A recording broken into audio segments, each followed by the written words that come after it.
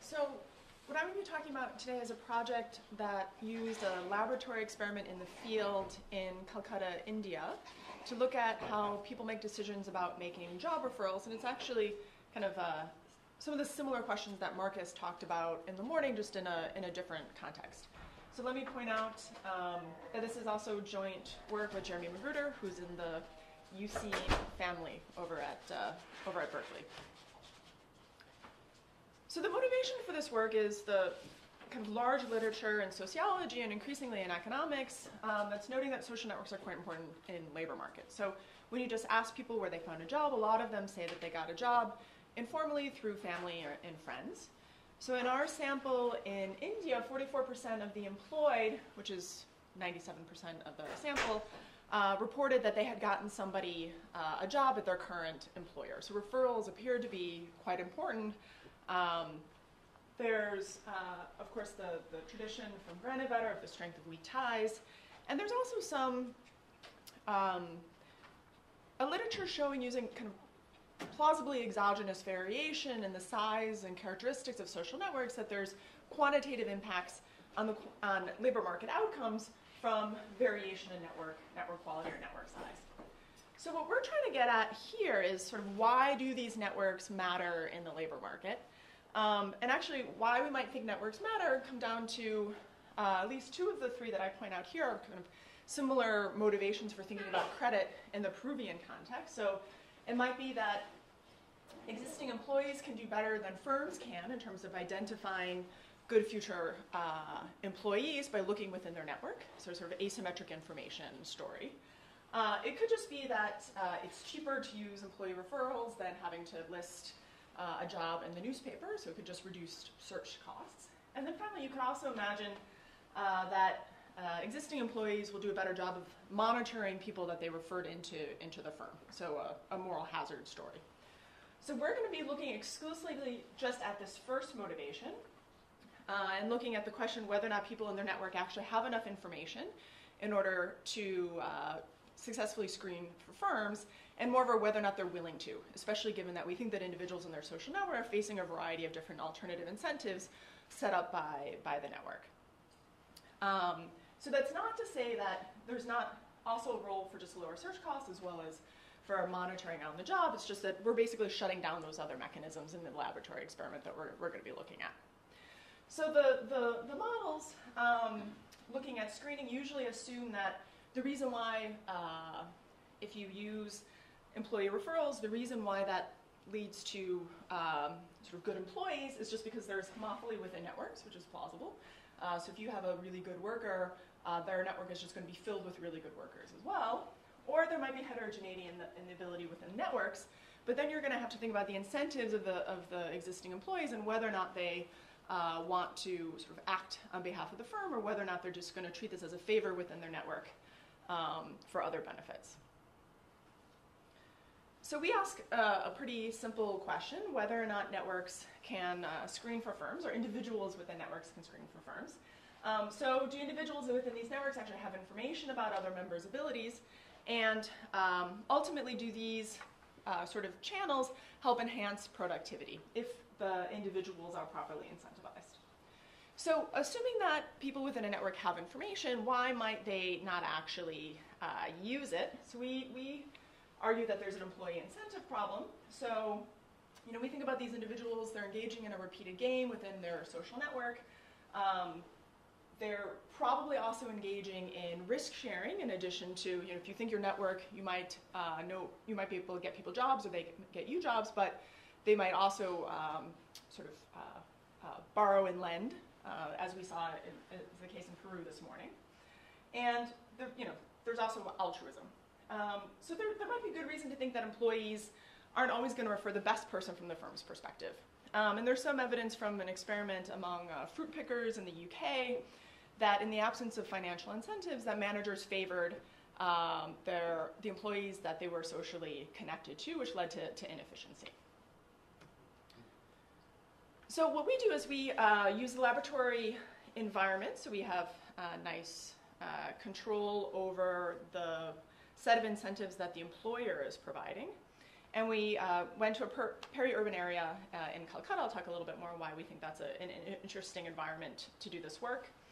We're going to use performance pay in order to create an incentive to bring in a good referral. And this way we can hopefully identify if the network has information, and also whether or not people are willing to use the information. So there are some, in terms of the plausibility of this, there certainly are a number of firms that actually do pay people in order to make referrals. So there's some nice work in sociology among call centers in the US, arguing, for example, that referrals are used quite often and sometimes lead to better outcomes. And then there's also, if you look in the Wall Street Journal, for example, they'll talk about firms using financial incentives to get good referrals. But we might want to think about this more as kind of a real-world counterpart might be just the employee's reputation within the firm. So we're kind of using this extreme stick of a financial incentive, but in a longer-term relationship between an employee and a firm, you care about what your reputation is, and that might be sort of analogous to what the financial incentive is we're providing in the laboratory. So the basic idea is that we're going to use recruitment into the laboratory. We can view laboratory participation as a day laborer job, easier work than what a lot of the sample individuals would be doing as day labor. And then we can observe actual referral choices under randomized incentives. So we have an initial set of people come into the laboratory, and then we ask them to make a referral to the laboratory in the second round of the experiment. And so we're combining the laboratory setting, but we're also asking people to leave the laboratory, go out and interact with their real social networks, and then come back with somebody back into the laboratory. So it kind of has this interplay between the lab and the real world. Okay, so I'm going to try to steal Marcus's thought experiment, because it actually works, I think, well, although I haven't tried it before. So let's think about Adam again. I'm going to use Marcus's co-author's name in vain, I guess. And so in your case, you had said best friend. So I'm going to just say relative instead, but we can think of it as a best friend. And let's think about a coworker. So before, Adam was somebody that was looking to get a loan. In this case, Adam has the opportunity in order to make a referral. And he's going to choose between referring a relative and referring we could say a coworker or somebody who's kind of more socially distant. And so the payoffs is that Adam would get some sort of payoff sigma r if he refers his relative, and he might get some payoff sigma c for referring a coworker. What do we think about this? I mean, we can sort of loosely think about it in terms of the transaction costs. So if there's sort of more altruism between Adam and his relative, then sigma r is going to be higher. You can also think if they're engaging in risk sharing, he's going to have to help his relative out anyway when this guy defaults on his loan, and so he's going to have to pay a future transfer. By getting him a job, he's going to have to pay less in the future, right? So that would also mean that sigma r might be greater than sigma c. So we're also then, on top of it, as the firm, we're going to be providing some payoffs to Adam, depending on who he brings into the laboratory. So he can get some fixed amount for bringing somebody in, no matter the quality of the person. And then there's going to be performance pay, which is a function of the relative's ability, sigma r. By contrast, you'd have f plus p of theta c. So in our context, what performance incentives would do is that we're thinking we can get Adam to switch from maybe referring his relative when he only faces a fixed incentive and performance pay is quite small, to referring the coworker if we jack up p of theta c. Of course, this is assuming, which may not be the case, that the ability of the coworker is actually better than the ability of the relative, right? So if it happens to be the case that Adam's relatives are all better than his coworkers, then our financial incentives are not going to induce any sort of change in who's referred into the laboratory. We're also going to have to be assuming that sigma r is greater than sigma c, and I'll tell you when I go through the experimental design why for the most part we're going to have to make ex-ante arguments about why this is going to be the case, as opposed to relying on survey data about people's reported social distance. But if this is not the case, and again, sort of our evidence of this trade-off is going to be weakened if you don't buy my argument about relatives versus coworkers, but I'll still be able to say something about the relative performances of these guys. So I think it would still say something about a trade-off. Mm-hmm. Just quickly, in this community, are there norms governing, or what are the norms governing job referral? So are there strong norms that you do give or don't give jobs to certain kinds of people, or is it just, whoever? Yeah, so unfortunately, I can't answer that question as well as I should be able to. So for example, in the survey, we did ask about, we had asked if you had gotten somebody a job before, but I can't tell you that much more about who those people are. So I can say, for example, we were expecting to get, and we're relying on this relative and coworker, one thing we were planning on seeing more of would be caste-based referrals. And so there's evidence of the subcaste being quite important in terms of job referrals. In terms of the larger caste groupings, we actually don't see any evidence of changes in terms of who's referred within caste. In terms of subcaste, we unfortunately didn't do a very good job of measuring subcaste. And I think what happened is this was an area where there were a lot of Bangladeshi migrants, and so this subcaste sort of less established concept than in other parts. So we were planning on getting more mileage out of looking at whether or not with performance incentives you could get people to make referrals outside of their subcaste, but unfortunately we're not able to do that. Okay. So let me go through the experimental design. Hopefully then I can skip over the algebra that I had prepared, thanks to Marcus's thought experiment. So the idea is that we want to be able to mimic, sort of as much as possible, a job requiring day laborers. So it would just be a one-shot game. So in some sense this does, I think that an advantage of doing this in Calcutta is that a lot more of our sample are engaged in sort of casual work than would be the case in a US context. Although it's not the case that our sample actually are people that are going out. It's not like Mexican workers in LA where there's just, you can go and pick up somebody to work for construction for a day. So it's not quite that similar to the laboratory experiment. But certainly people are working informally and sometimes casual jobs. So the experiment takes place over 2 rounds. The first round we have an initial sample of subjects that perform one of 2 tasks. It's a cognitive ability task or an effort-intensive task. We're going to be looking exclusively today at the cognitive ability. I'll talk a little bit about why that is. And then we asked individuals to bring somebody in the second round. And they just had to bring in somebody outside of their own household, and the experiment only looked at men, mainly because we thought no decent Indian woman was going to show up to our shady laboratory, so we just worked only with men. So a little bit more detail in round 1. We offered 135 rupees as a fixed wage for people to come into the laboratory in the first round, about $3. So this is a pretty good amount of money for a couple of hours in the laboratory. The average daily income of individuals in the sample is about 110 rupees. So we're paying a bit more than the daily wage. So and for the guys that participated in round 1, they can also earn more in the second round. So hopefully we set this up to be fairly attractive. The way that we initially sampled is that we went door to door in kind of subsequent neighborhoods around where we set up the laboratory.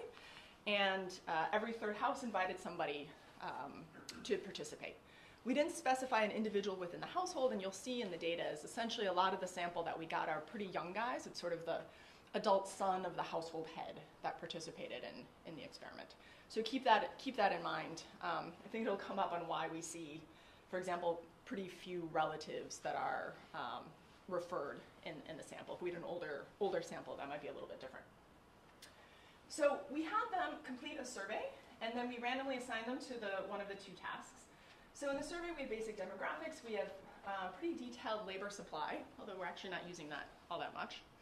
And then we did a couple of other cognitive tests, the Raven's matrix, the digit span.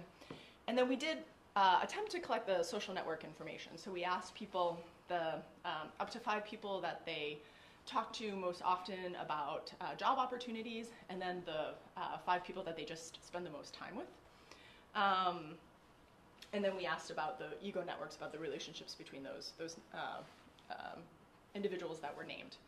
The problem is, and I think this is a little bit troubling in terms of relying on survey data for measuring networks, although I think the urban context is quite different from a rural context.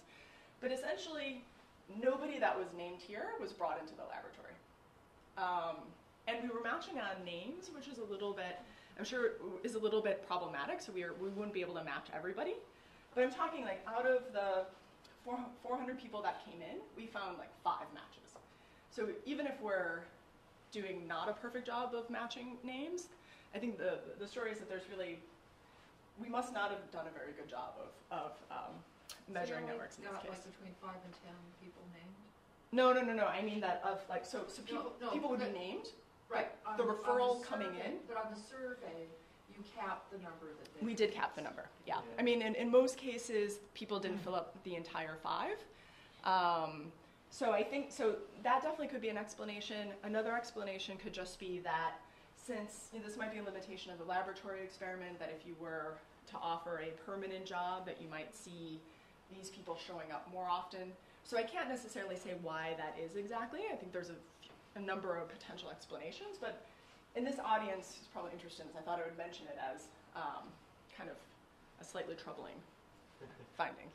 Well, when you capped it at 5, did they know that it was capped at 5, or was that tacit? Yeah, no, they didn't. They didn't know. We didn't say name 5 people. You didn't say up to 5. Yeah. I mean, in general, like I'll in case there's anyone in the room, I'm going to wave the flag. But please don't cap. Yeah, no, I agree. Ties will do, because it makes modelers' lives horrible when we try to model these networks. But if you must cap, then don't tell them what the cap is, because there are a lot of famous surveys like AdHealth is one that do that, and it does influence the number of ties, as like Devin Brewer has shown. So. No, I agree. Another work that I've done with using survey data to collect information on the networks in rural contexts, I haven't capped it. I mean, sometimes there's no choice. I understand that. I mean, survey there's logistics. Yeah. But Katie's right. If it's a relation, which will actually, a lot of them wouldn't normally have a lot of ties, that could be it. But it just could also be that whatever the pattern is of referrals, it's just not the same kind of, or the acceptance of the referrals. It might work. Yeah. Yeah. So we did ask in a survey. We asked the referrals who they asked before bringing in this individual person, and they didn't name very many people that they had tried to get and didn't come in. Although I don't know if we actually tried to go through and match those few cases. Did you ask? So you asked them, okay, who did you try to get? Did you ask them to give you qualifiers for what kind of relationship do you have with that person? I don't actually think that we did.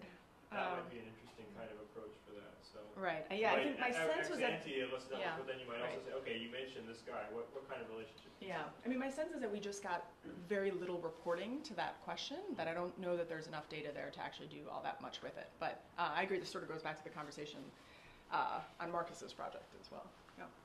So is there any kind of coordination issue that maybe that these guys, they have so many other things to do that it's kind of, I mean, I wouldn't know, necessarily if any of my good friends would have time Saturday mornings that to come along with me somewhere. Right. So the best we can do there is that we try to offer flexibility in terms of when people would come in. So I'll explain that in a moment. They had a few-day window, and we always try to make sure that there was at least one weekend day within each window. So we tried to make it as flexible as possible. But you're right that so we asked who you talk to most about job opportunities. So that could mean that the individual is asking people who are already employed, or it could be the person that people ask me about job opportunities, right? And so to the extent in which you name the people that are already employed with good jobs, maybe you can't get those guys to actually come in for a one-day opportunity. I mean, also one of the points that if I remember correctly, that the young people are the ones who rely least on networks. So maybe do the people they name are at least the ones? Did they maybe name older people mainly, or? Yeah, so I mean, my sense is that they were kind of naming like friends from the neighborhood. I also was expecting that they would be naming, for example, more senior relatives, and we get very few relatives in. But it still looks like they were naming primarily kind of good friends from the neighborhood. Okay, so just to wrap up on round one, so after they received their 135 rupees, we offered them a finder's fee of a specified amount. I'll just explain in a moment. And we asked everyone to bring in somebody who would be good at the task that they did. So for the cognitive guys, they were asked to bring somebody who would do well on the cognitive task. They hopefully weren't aware of the other task, although the laboratory wasn't all that large, so it's possible. So what were the finder's fee? Within the cognitive ability treatment, we have 5 different types of contracts. So we have 3 different fixed fee where the P is 0, and so they would either just get 60, 80, or 100. Sorry, this is a typo. It should be 110 rupees for bringing in a referral, no matter how well that referral does. And then we have low stakes and high stakes performance pay, where they're guaranteed to get a minimum, and then they can get a maximum of 80 rupees if they bring in somebody really good, and a maximum of 110.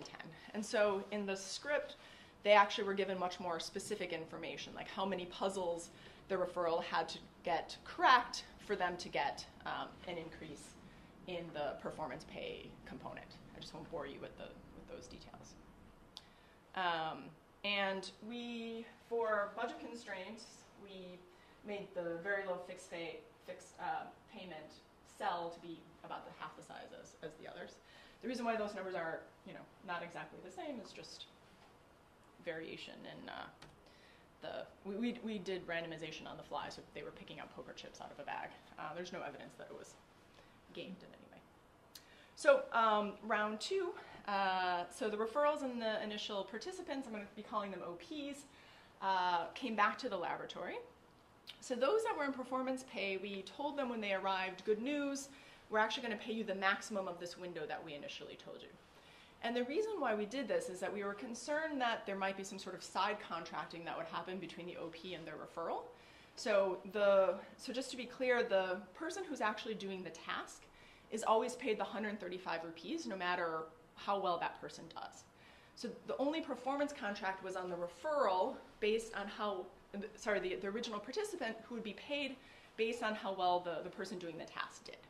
However, you can imagine that the original participant could indirectly incentivize the person doing the task, and therefore, if we were to see that original participants who were offered performance pay brought in referrals that did better, we wouldn't know if it was the selection story that we're interested in, or whether or not they just sort of solve the incentive problem with this indirect contracting. So we tell them when both of them arrive at the laboratory, good news, there's actually not going to be any performance pay, and the original participant's going to get the maximum amount. Hopefully this means that the whatever side contract there is renegotiated. At the end, if I have time, we try to do another small extra experiment varying that, and it doesn't seem to affect the outcomes very much. So when you told them both, so they were both there? Yes. And they both saw that you were telling the other person at the same time? Yeah, so the idea was to tell both of them, and then there's usually delays after that in terms of they usually had to wait a little bit before the referral would be called in to actually do the task. And so, but the amount of time, so the amount of time that they actually would have had to renegotiate probably varied a lot depending on how efficient we were in the laboratory. No, but they both knew that each other. Right. It's coming out. Right. Yeah. We do a small treatment where we vary whether or not it's just the original participant who is informed, or whether or not everyone is informed, and it doesn't seem to affect things very much. So we don't actually think that this side contract, ex post, I don't think that the side contract mattered very much. There's also, we asked them when they were leaving the laboratory. We can't directly ask about performance paid side contracts because we removed it, but there was very little self-reports about direct transfers that were going to happen between the referrals and the OPs. So I think in terms of this sigma, it's like something that happens that's not quite so directly tied immediately to what happens in the laboratory. So then the referrals complete the same survey. The referrals are asked to perform the tasks. And then while the original participants are hanging around waiting for the referrals to do the survey and the task, we ask them, so this is where we ask, for example, who else they asked to come into the laboratory, and then we also ask them to report how well they think the referral is going to do on the task. So this is before they actually are able to find out how well the referral did, because since the referral is in another room performing the task at the time. And then both of them play a series of trust and dictator games where they can on average earn an additional 80 rupees. And so this gives us a measure of trustworthiness and altruism. I'll talk about this if I have time, although I'm not going to promise it. And then finally, we ask here when they're leaving about the plans for sort of sharing money. Okay, so just to give you a little bit better sense of what the cognitive tasks look like, we framed it as that we were asking them to design a quilt. Quilts, of course, are not a traditional Indian activity. I'm not sure that helped all that much. So I think we should think about this as that we asked them to solve puzzles, realistically. We tried to shroud it as a more, as a real job, but I don't think that we did such a great job at that. So I'll just give an example. So they had different color swaths of fabric, and they had to fill in a bunch of boxes according to a set of rules. So you could only have one of each color in every column and row. I think probably most people have done these puzzles before. In one example, then we also just fixed some of them that couldn't move, and so the puzzles got sort of increasingly difficult. So what are we going to use as our measurement of performance? We use one particular functional form. The results are not very sensitive to how you parameterize this, but we essentially say that there's 3 pieces of information we think are important: whether or not the person gets a puzzle correct, the total time it takes them to get the correct answer if they get it correct, and then finally the number of incorrect attempts. And so we think about the number of incorrect attempts as being important, as this would be proxying for how much time an employee would require of supervisor's time. So we had some people that would they would put something together and then they stopped their clock. I'm like, I got the answer, and they didn't. And so if they did this a certain number of times, then we also just sort of shut them down. So we there was also a maximum total of time if they were taking more than 7 minutes. Like some people just really couldn't get the puzzles at all. So what we take these 3 pieces of information and we say a perfect score of 20 is somebody who got a puzzle correct with no incorrect attempts and completed under 1 minute. And then each additional incorrect attempt, an additional minute takes off points. I'll tell you the specifics. And they get 0 points if the puzzle's incorrect at the end of the allotted time. And then we just sum the points from all of the puzzles and then normalize, so that what I'll show you is in terms of standard deviations. So we were concerned about cheating. So one way, if you're in performance pay, one way of being able to get your referral to do better is just to tell them the answer. We hope that these puzzles are sort of sufficiently complex that it's not easy just to say what the answer is. The second thing that we did is that we had 2 different sets of puzzles which were really quite similar to one another. So some of it is just like deviating, like which colors are fixed. So if they tried to just get their referral to memorize what the quilt looked like, that wouldn't work. And it doesn't seem to matter whether or not if the referral and the OP had the same set of puzzles or different set of puzzles for the results. I'll say one thing that we can't rule out very well is that if it took people a long time to understand the rules, then one thing you could do is just make sure that your referral understood the rules very well going in. And that might mean that people are able to kind of start solving the puzzles quickly. So in order to look at that question, we see whether or not there's a big differential just in the first puzzle versus later puzzles. And we don't see any difference there, which is at least suggestive that the kind of explaining the rule story isn't what's driving these results. Okay. This is probably too small.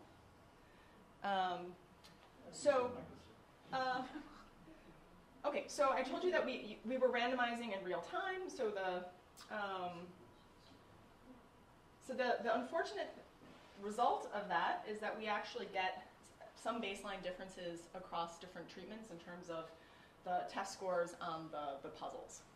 So the guys that were initially in the high performance pay category do worse on average in the baseline, and that should have been balanced. So just keep in mind that a bunch of characteristics, 5% of them are going to be significantly different just through randomness, and I think we got unlucky on exactly one of the things that we care about. Well, it's only 0.08. Yeah, it's only 0.08.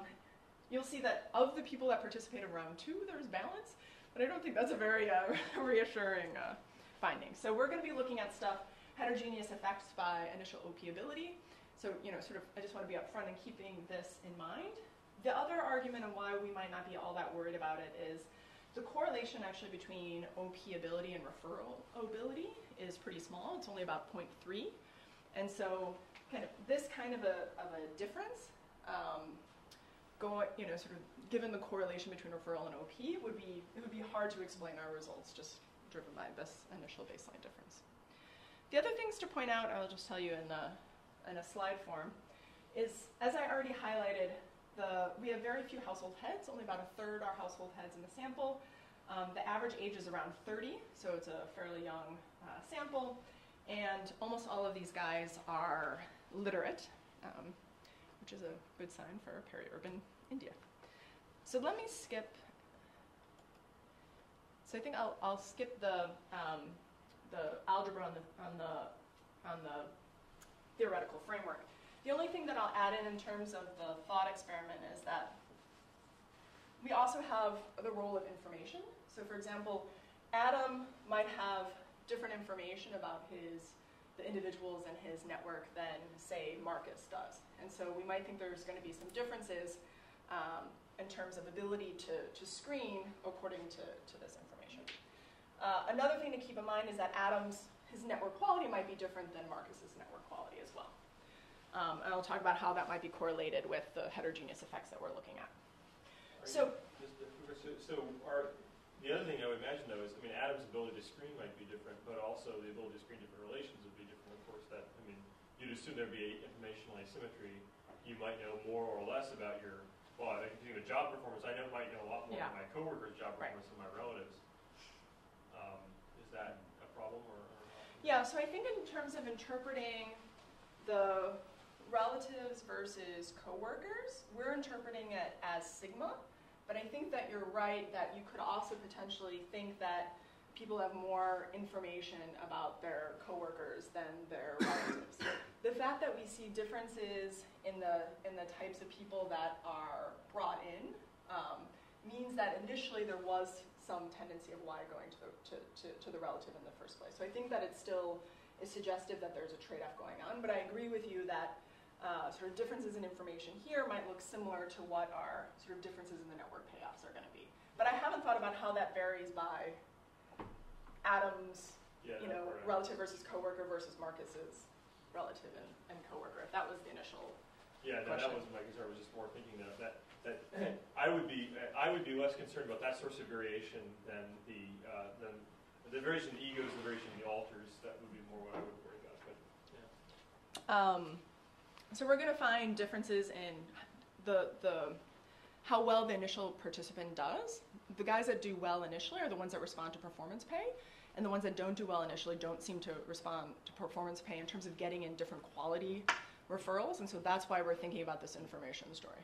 Yeah. Okay, so randomization, we're just going to be basically running OLS. We're going to have dummies for the different treatment, and then here, as I just motivated, we're going to include theta as the initial ability of Adam in this case, or of the original OPs.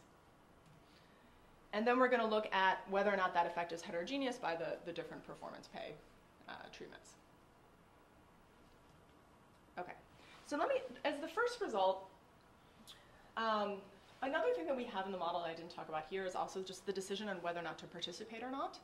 And so it's something that it's I think interesting in its own right, but also complicates our analysis in thinking about the people that actually come into the laboratory, given that the performance pay is also going to change whether or not how attractive it is to participate in the second round of the experiment at all. So I will say that we got about 73% of people to come back into the laboratory in the second round, which I thought was pretty high. I was pretty pleased with it, given that was definitely one of our concerns initially setting out, that just people would blow us off and not come back in the second round. But it is differential by treatment type. So in the first column, this is a probit. So unfortunately, these are the coefficients and not the marginal effects. I can tell you what the marginal effects are. But when you initially just look at the different OP treatment types, there doesn't seem to be any difference on average in terms of the responsiveness to treatment. But if you then look at the heterogeneity based on how well the original OP does, you see that the guys that did initially well are much more likely to participate when they're given the high-stakes performance pay. So it looks like there's sort of heterogeneous responses in terms of participating.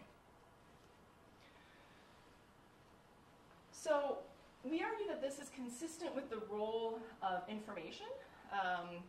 So an individual who has more information than another individual should only have a differential response to performance pay and not to a fixed contract. So we think that this is some initial suggestive evidence that there's differences, that what OP initial ability is correlated with is information. But I'll be able to give you a little bit more direct information about that too.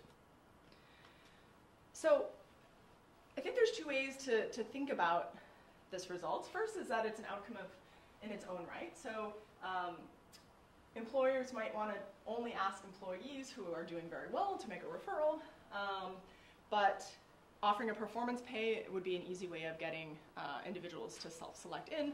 Also, maybe only the individuals would self-select in who have a good network quality to make a match in the first place. But this could also bias our later estimates of ultimate performance. So we're going to try to take both approaches. So our main approach in the way that we're going to deal with this differential participation rates in looking at referral performance is that we're going to use a Heckman two-step selection model. So the first stage is just a probit of whether or not somebody participates in the laboratory experiment, and then you include the inverse Mills ratio from the first stage and the second stage OLS. The model is identified based on functional form assumptions. Most of us don't really like identification based on functional form assumptions. So we also have an exclusion restriction, which is daily rainfall. So I should say that development economists love rainfall as exogenous variation. It's sort of natural for us to think about it, even though it's first order not a very natural context, given that it's an urban area and has nothing to do with agriculture. The story is simply that when it rains, it really rains in Calcutta, and it's very uncomfortable to go outside and travel to the laboratory. So it's just basically changing the cost of participating. So one sort of small detail is that the guys that didn't show up, we don't know the day that they would have shown up on. The way that we scheduled things is that people had a 3-day window. So they would participate, say, on a Monday, and then we gave them a 3-day window in which they could come back. And as I mentioned, it always included a weekend day. So we just used the number of rainy days between 0 and 3 within this window that the OP had to return. And perhaps surprisingly, this actually does significantly affect whether or not people participate. So we're going to have to argue that this is exogenous to the different treatments. The second way, an alternative approach. Are you sure that people weren't causing the rainfall? Whenever anyone uses an exclusion restriction, it ends up being that you spend a lot of time talking about it. So, yeah. So if you want to talk about it, there actually are some arguments why it might not be the perfect exclusion restriction, but I don't want to tell you those. So another way of thinking about this, though, is that if what your objective is, as the firm, is to solve puzzles, you want to, sort of your end result is just how many puzzles are actually solved. So in that case, you can think about individuals that don't participate in the second round as having referrals that solved 0 puzzles, right? Sort of as a second way. You can sort of loosely think of this maybe as an intent to treat. But I think these two are pretty dramatically different approaches, and what I'll show you is that, for the most part, the results are strikingly similar. So I think that even if you're not completely convinced by either of these, I think combined, sort of more convincing. Okay, so one thing that our simple thought experiment would tell us is that changes in the amount of the fixed fee shouldn't change who is brought into the laboratory. We simply show that people seem to be rational in this regard. you could make an argument that if you feel altruistic towards your employer because they're generous, that maybe you respond differentially. It appears here that people are performing as in our rational model. So I don't want to spend too much time. There's basically no differences among just the fixed payment sample in levels or in the interactions in terms of whether or not they brought in coworkers, relatives, or what their performance was on the puzzles. Okay. So I think I already motivated why we might think that relatives versus coworkers are different from one another. So I'll just jump right into the results. So this is just looking at whether or not the referral brought in a coworker. And so the main categories that we had were relatives, coworkers, friends, and then we had an other category. So I'm going to show you coworkers and relatives. But if we did this of looking at friends, we basically see no differences in the probability of bringing in a friend across the different treatments, nor is there any heterogeneity by OP ability. I think that we just should have gotten more detailed information on the type of friend. So sort of ex post, that would have been something that I would have done better. So there could be differences in the closeness of the friend, but we just can't observe it. So 1 and 2 are the Heckman selection model. 3 and 4 is what I'm calling the OLS in the full sample, so imputing zeros for individuals that didn't participate in the second round. So you can see that about 15% of people brought in coworkers, but if the original participant was in the high stakes performance pay, they were about 8 percentage points more likely to bring in a coworker. So since this is a relatively small coefficient, but since it's off of a pretty small base, this is a fairly large effective increase in the probability of bringing in a coworker. We have a little bit less precision using the OLS full sample, and the numbers are fairly similar. You don't see in this case, and I'll come back to it since it'll be important with the performance on the puzzles, you don't seem to see any heterogeneity by OP initial ability. So it looks like everybody is responding in terms of trying to bring in a better referral by bringing in a coworker. And you see basically the opposite effect then on the probability of bringing in a relative. So the point estimates are about the same. So about 13% were bringing in relatives, and you see a reduction in about 7 percentage points less likely to bring in a relative here in the high stakes performance pay. The standard errors go up, in this case for relatives using OLS in the full sample, although the coefficients are pretty similar in terms of the opposite. So basically you have 0.056 here and negative 0.048, so sort of a similar qualitative story.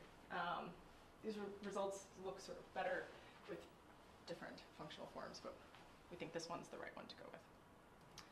What is it, and just to get an impression, what is it translated to in terms of change in their actual pay?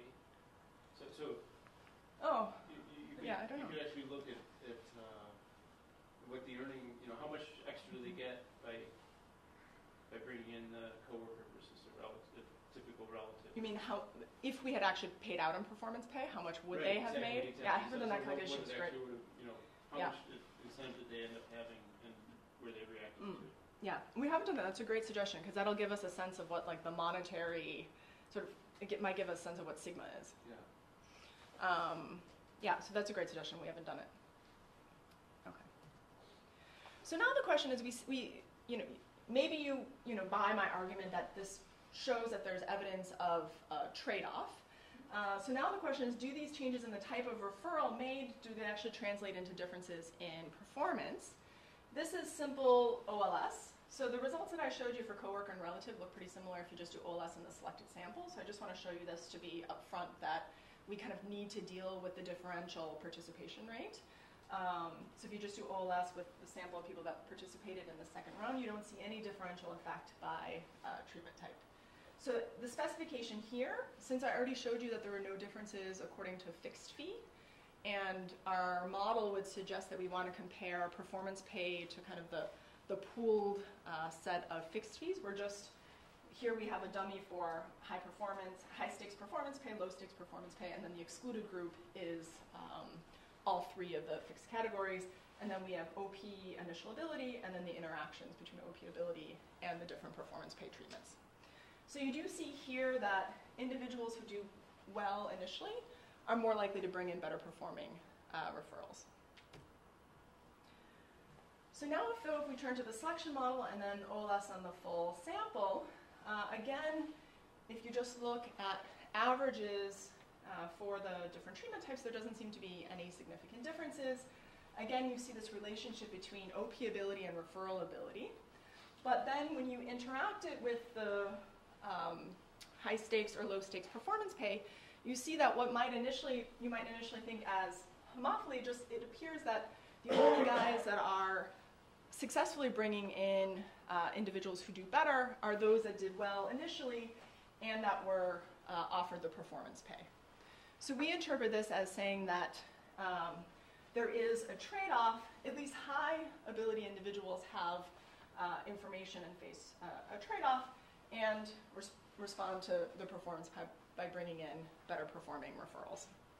The results this is where I think the results look pretty strikingly similar if you also do the OLS in the full sample with imputing the zeros. The coefficients are quite similar.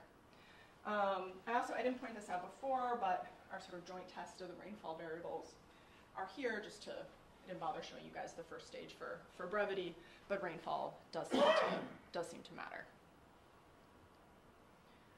So high ability workers have the ability, we argue, to screen network members if they're given proper incentives.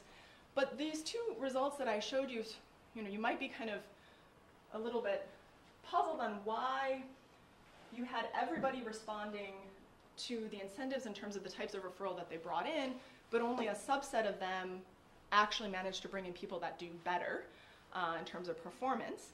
And so here we're going to use the survey information that we have on OP's anticipated performance to try to argue that OPs that initially perform better appear to have better information about how their referrals are going to perform. So that it would be the case that the low ability individuals were trying to bring in somebody who was better, but they just weren't able to actually identify a good person. Although I should also say another interpretation could also be that they didn't have anyone in their network that was good enough. But the evidence that I'll show you here is that they also didn't know that they were that bad. So it could be multiple things going on, but we think that information is at least part of the story. So this is very simple. It's just regressing the referral's actual performance on how well the OP thought that they were going to do. I'll point out that the OP anticipated performance is just the number of puzzles that they thought would get correct. We didn't ask their priors on how many incorrect attempts they were going to have or how long it was going to take them, so it's a simpler measure.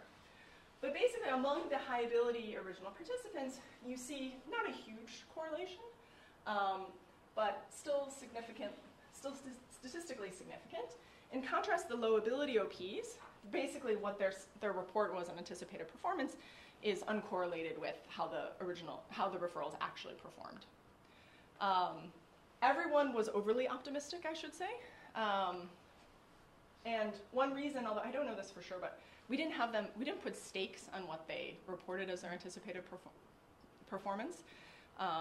So everyone in particular is very optimistic about their relatives. And I don't know how much of that is that there's actually some sort of cognitive bias about evaluating your relative versus maybe you just didn't want to talk badly about your relatives in the laboratory. You should certainly expect, I mean, there are many reasons for overconfidence is well known, but in terms of people you recommend, you should certainly expect that error to be on the high side, right? Just from the fact that, I chose you because I thought you were good. So if I made an error, Right. I'm more likely to have had an overestimation than an underestimation. Because if I erred in thinking that you weren't that good, I wouldn't have brought you. Right. Yeah. No. Yeah. Yeah. So it'd be some sort of there will have to be a systematic bias as long as they're actually trying to maximize the quality. Right. Which we don't know for sure, but yeah. Marcus? Do you know what kind of jobs they were in? Yeah. I don't have any summary statistics for you, but you should be thinking about guys that are working in these kind of informal factory work that happens in urban, peri-urban, Calcutta. If I'm high ability, then maybe I'm more intellectual tasks, so maybe I actually know my co-workers stuff. Whereas if I'm doing something non-intellectual, then I probably have no idea how my friends are going, how my co-workers are going to do. I know they're hardworking, but it's not the kind of task which is going to be tested. Yeah. So for the most part, none of these guys are actually doing work, which is very cognitively intensive. So they're literate. They have sort of reasonable education for India. but these guys are, for the most part, doing a lot of manual work. So there's I think small-scale factory work in these informal factories is sort of the first thing, and then the second group that we have are rickshaw drivers. So it's, not the sample of, and being a rickshaw driver, there's some, cognitive ability, you have to negotiate with people, et cetera, but there's not the amount of heterogeneity where you would think that, there's nobody doing actual, call center work or kind of skilled work. Okay. So based on this anticipated performance, we were trying to argue that information must be one part of the story here on why high ability OPs respond to the performance pay and low ability guys don't. So I think I'm out of time, yeah? Well, okay, so I'll just do, given that, I'll take some more time. Well, we have lunch coming up. So I know, but if I start hearing stomachs growling, I'll get off. So I just 4 or 5 minutes. Okay, perfect. So I just wanted to point out that the guys that perform well on this task are perhaps a surprising group. So it's basically the young guys that do better on the task, which may or may not be all that surprising. But it means that mostly because they're young, these guys are fairly low income, but they're also fairly well educated.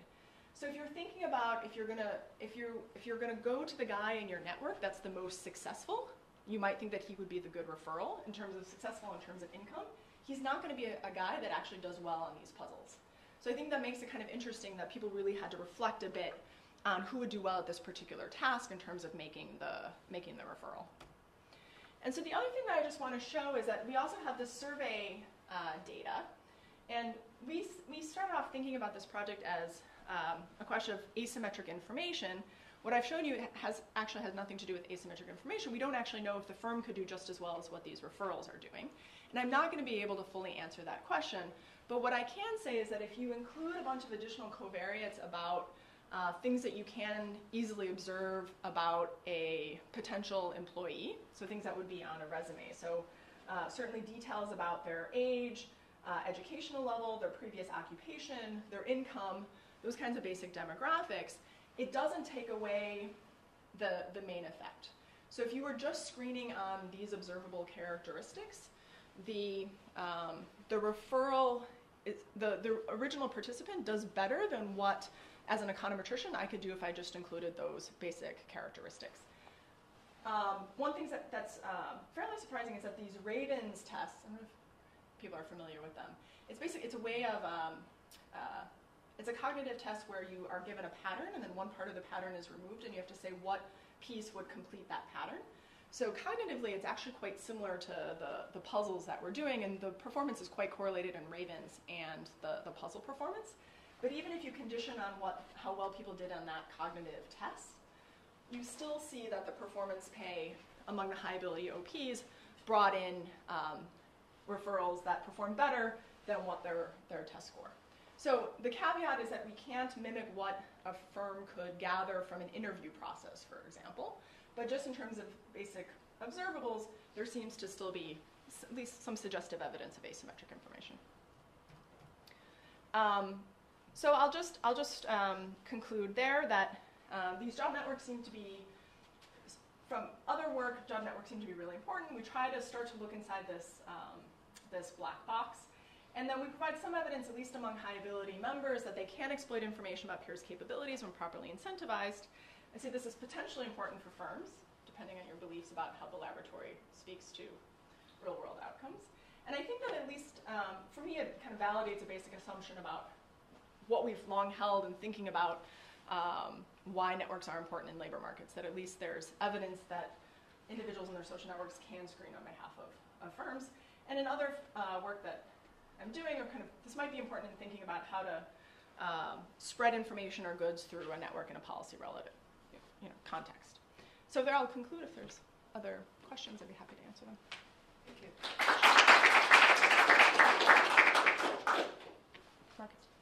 Yeah, so one thing I was talking about Grounded is that there are there are two things in this book. And in one sense he talks about the screening, but then a couple of the stories he has is also that especially the chains, the referral chains become very long, then it's really screening. But if they're shorter, then it's also the fact that that the guy who refers me has he has a relationship with the employer. Yeah. He doesn't want to jeopardize that. So there's also so I thought it would be interesting, and maybe this could be adapted to that. It's you're looking at that link between the referrer and what kind of screening he uses. But I think it's also interesting to look at sort of an employer and what kind of referrals he uses. That for example, like if he hires a department hires somebody, you look at grad student applications. You look at who's writing the letters. Do you know this guy? Would he make actually a good recommendation or not? Do you think is this guy an academic? Does he have a reputation there to lose, or is he somebody who's non-academic? So I think that link is also interesting because a lot of the stuff is between sort of the referrer and the worker. But you can also look at between the employer and the referrer. I think both are interesting. Yeah, so that's an interesting. It's an interesting. I agree with you that enforcement and monitoring might be a very important reason why referrals are used. And in fact, there's some evidence with observational data from Bangladesh that monitoring is important. I've thought about a little bit of adapting this context in terms of having the referrals and the OP sort of work together on some tasks as a way to get at that. I hadn't thought much about thinking about it from the firm's perspective. So it's an interesting way to do some brainstorming on that. One thing, I'm struck by this sort of differential factor of the cognitive abilities of the referrers with that interaction. You'll hear a few times. And it just reminds me of Ron Burt's sort of argument about entrepreneurs, what he calls network entrepreneurs. So he's, and I've always been somewhat suspicious of that argument, well, most of that book. But anyway, but he has a sort of argument, right, that there are all these advantaged positions and that some people he calls the entrepreneurs, right, are able to manipulate their networks and create ties and sever ties, and how they do this is somewhat mysterious, but arrange things to their own benefit. And so, the idea that this is general, that there's sort of cognitive demand associated with, you're turning things into information, but other possibilities that, you've got a sort of cognitive dimension to this. And some people are better able to actually figure how to utilize their networks than other people, and that might actually be relevant when you have something like a referral process. So some people are clueless. They have no idea how to use it. Other people immediately say, okay, I know who to pick and how to do that. I see. So if I understand, so I'm thinking about information as just being able to see theta R versus theta C. You're saying is that it might be somebody who's savvy enough to think about what sigma R is and what sigma C is. Right. Well, yeah. It's sort of one. There are two linked things, but so it could be there's informational differences, but there could be cognitive differences, right, or something equivalent. That there might be a latent ability here that people differ in, and that affects your ability to do effective referrals. As opposed to information. So it might not be something that you're equally good as the other person, except that you're handicapped with information. It might just be that literally you just aren't able to do it. It seems like an interesting. Yeah, no, yeah. So I'll think about it. My first prior is that then if the guys that have initial higher ability, if they're more cognitive, would that push them though towards keeping, being less likely to respond to the performance pay because they're able to better appreciate who they should pick to maximize what their within network sigma is. But you're right, maybe they just realize this trade-off better. It's not obvious to me when you have all those things going at once. It just seems like that, just in terms of the explanation that it's information per se, it's possible, but it is at least possible that there's a cognitive, or it's not just a compromise, sort of like a skill-based thing. It may or may not be a raw intelligence, just maybe you learn some kind of skill at managing networks. It's an interesting issue because it's been raised more in the intra-organizational context, but it has been raised in this. And when you think about that, if you think about it in terms of the task structure of doing referring, right? It's actually a very complex kind of task, and you could imagine. And we have, in fact, we have specialists. We have headhunters who do that for a living, right? So it's possible to become an expert in that task. It's just sort of interesting to think about that as something that might have implications for, say, segmenting success or failure in an environment where opportunities are scarce and the like. And that was sort of one of Ron's arguments. Put it in just a different form, right? But it just seems like an interesting. Yeah, no, I think actually your findings when you think about that. No, it's an interesting idea. We're not very specific about what this beta actually is. So it is open to being sort of multiple ways of defining what information is. I agree. Yeah. Economists don't always like to think about cognitive limitations. They try to say information. No, although increasingly we do. It's possible. Is there another question? I don't know if there's time. Oh, I guess I was just thinking, the job you're having them do, you get sort of a measure of their cognitive ability, and then you see that when they do the referrals, right? So kind of one part of this idea that the OPs, you've got to measure how good their cognitive ability is to some extent on a memory task. Yeah, right? so By we would have asking to do 3 these measures. patterns, which Yeah. are basically kind of a working memory. You mean the digit span? Well, I'm thinking actual pattern matching. Yeah, in sure, a sure. time Yeah, I think- period, basically a measure of working memory sort of thing. Yeah, or some sort of spatial I reasoning. mean, some sort yeah. of just general cognitive Mhm, ability, sure. similarly you'd see in like an IQ type Right, test. right. And so what you're seeing, right, is the people with higher cognitive ability are picking people who do better on this performance, right? So it really could be that their understanding of their network really just is better because they're smarter, sort of thing, right? So I think the cleanest piece of evidence that we can argue that it's something about information and not about differences in network quality. Well, I should say it could be differences in network quality. We're arguing that information is at least part of the story because of that table I showed you, that the guys that are low ability also don't know that they're bringing in lousy referrals. Sure. I guess what I mean is not necessarily information, but actually just cognitive ability. So they Oh, got this equal yeah, amount no, of I agree. information, but this person simply Sure. can do more with it. And you look on your task, you load on the person who Yeah. is smarter, and you find that in fact they do better. I agree completely that if the low ability guys might just be clueless in how to solve the puzzles, and then how on earth are they going to find people that can do well on the puzzles? So I agree that what I'm calling as information, ability to screen, could entirely just be like their cognitive ability in terms of understanding the task and thereby being able to find people that can do well on the task. I agree. Do you see any pattern of increase in performance over calendar time? Just in terms of, you had these guys doing the tasks in different days, not specific to individuals, but just over time for the population as a whole. Are you worried about whether or not they're learning about the... There's a bunch of different learning possibilities, but that's just one. Right. So I mean, we were worried, for example, that people were just training, they started doing these puzzles in the neighborhood and people would get better over time. We were also worried that people would find out that, oh, surprise, you're going to get the maximum. That a priori, that could have been information that would spread very quickly in the neighborhood, in which case we just wouldn't see any of these differential effects.